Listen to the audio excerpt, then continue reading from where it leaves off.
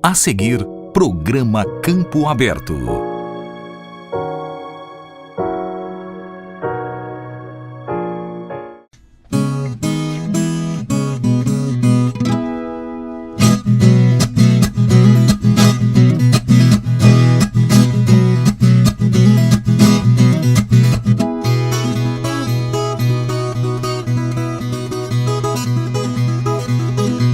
Muito bem, o Campo Aberto de hoje é especial sobre eveicultura. A gente veio até aqui a Pabó e vai saber um monte de novidades a respeito de uma viagem à Colômbia que o diretor executivo, o Diogo Esperante, realizou por esses dias, tá certo? Então, Campo Aberto de hoje, especial sobre eveicultura.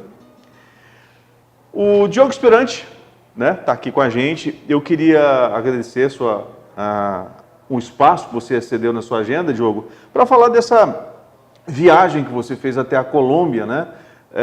A Colômbia que tem em torno de 60 mil hectares de seringueira plantados, mas acho que cerca de 10 mil em produção, né? Isso. E eu queria que você falasse como é que é enxergar uma seringueira num país vizinho, é parecido conosco aqui? Como é que é a realidade deles lá? Sim. Topografia e tudo mais. Na verdade, Cláudio, é um prazer nosso sempre estar aqui, assim, nesse espaço que você abre sempre carinhosamente para a seringueira. Para a gente é muito importante, porque é muito importante que nós nos comuniquemos, né, com os nossos produtores, nossos associados.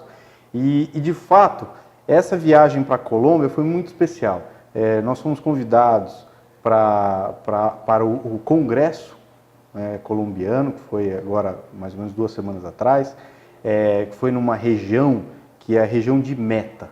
A região de Meta é um estado, fica a uns 100 quilômetros mais ou menos de Bogotá, que é a capital do país, e é incrível, porque eu mandava foto para os meus amigos de lá, né? E o pessoal perguntava se eu estava em Goiás, porque eu vou muito a Goiás e o pessoal, Diogo, você imaginava que eu estava em Goiás, né? Porque a paisagem é basicamente a mesma. É um cerrado. É um cerrado lá, né? Eles chamam savana, né?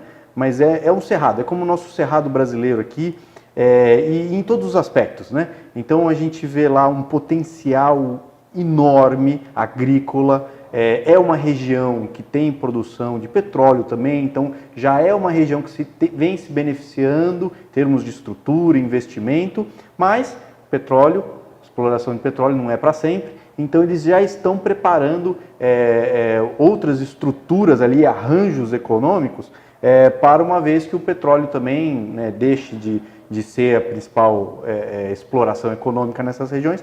E aí entra a seringueira, que nos últimos 10, 15 anos vem se expandindo muito na Colômbia, com um apoio muito grande do governo. Isso é importante destacar, isso foi uma das coisas que mais nos chamou a atenção, e com um potencial enorme. Então, como você falou, hoje eles têm 60 mil hectares, é o que a gente tem produzindo em São Paulo, né? Cerca de 60 mil hectares. Mas eles, desses 60 mil plantados, só tem cerca de 10 produzindo. Então tem toda uma descoberta agora para ser feita, as primeiras usinas de beneficiamento, estão descobrindo os produtos, qual que é, de fato, o perfil, né, deles, um pouquinho de látex centrifugado, eles têm um pouquinho de lâmina, que a gente chama, né?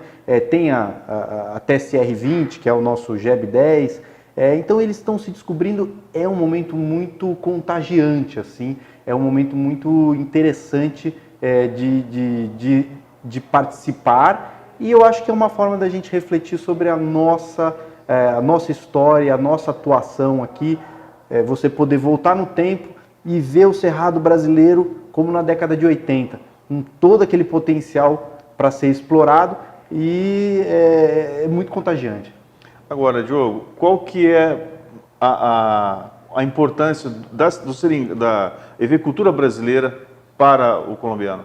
Olha, eu acho que, primeiro, uma coisa que é muito importante ser destacada, né? Eu sempre falo muito, quando a gente vai lá para fora, eu falo assim, o Brasil é a terra-mãe da seringueira, né? A Amazônia e tal, mas o cultivo de seringueira foi uma invenção asiática. Vamos dizer, europeia, francesa, inglesa, nas suas colônias da Ásia. Então, o cultivo de seringueira, como nós conhecemos hoje, os clones que nós utilizamos aqui, são os clones asiáticos. Mas para dizer que a gente não ficou sem inventar nada nessa história, a gente inventou a eveicultura de cultivo em área de escape. Essa é uma coisa que a gente às vezes não se dá conta da importância. O que é área de escape? Então, a gente sabe que aqui, toda a nossa região da América do Sul, ela é endêmica do mal das folhas, que foi aquela doença que fez com que fosse impossível cultivar na Amazônia. Então, toda aquela história da Fordlândia, enfim. Nós descobrimos... Aliás, só te interrompendo, aqui lá foi toda a decadência da Fordlândia, foi em função dessa doença. Sim, basicamente assim, o princípio do fim Sim. Foi isso. Mas pesquisadores brasileiros descobriram ali na metade do século passado que existia um conceito de área de escape. O que vem a ser área de escape? Nossa região aqui, Planalto Paulista, é um bom exemplo. Então é uma região que, na época em que a seringueira está trocando de folhas, é a época que ela não tem chuvas.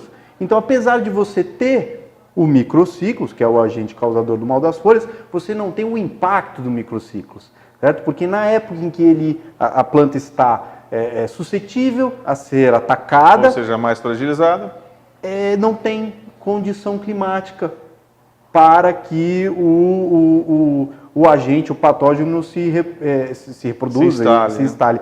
Então, isso é a zona de escape. Então, com a descoberta da zona de escape, obviamente o Brasil, nos últimos 25 anos, conseguiu estabelecer uma eveicultura, né, pujante, uma eveicultura que a gente hoje vê aí se expandindo para Goiás, Mato Grosso do Sul, Minas Gerais. Então, é essa eveicultura de área de escape. Por que eu estou contando toda essa história?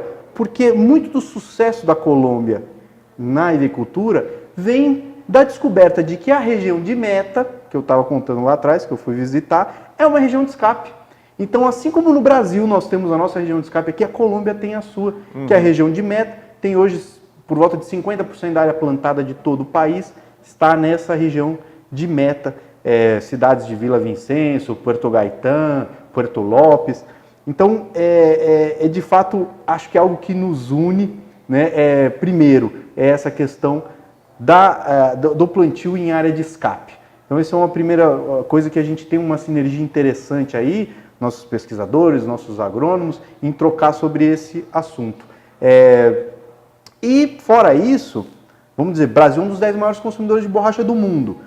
Temos uma dependência de importação de borracha do Sudeste Asiático. Colômbia, por outro lado, está produzindo borracha e buscando o mercado. Está aí uma forma que a gente pode resolver uma ineficiência muito grande que nós temos, que é essa dependência do Sudeste Asiático, frete mais caro, né, frete marítimo da Ásia até aqui, são $1.200 um container.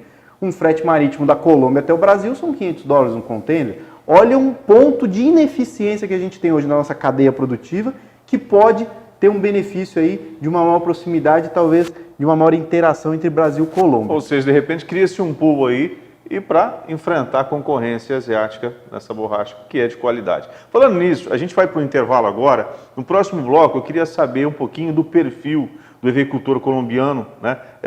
No Brasil, a eveicultura tem um papel, uma importância social e econômica muito, muito forte. Vamos ver se a gente consegue saber como é que é o perfil do eveicultor colombiano logo depois do intervalo. Até já!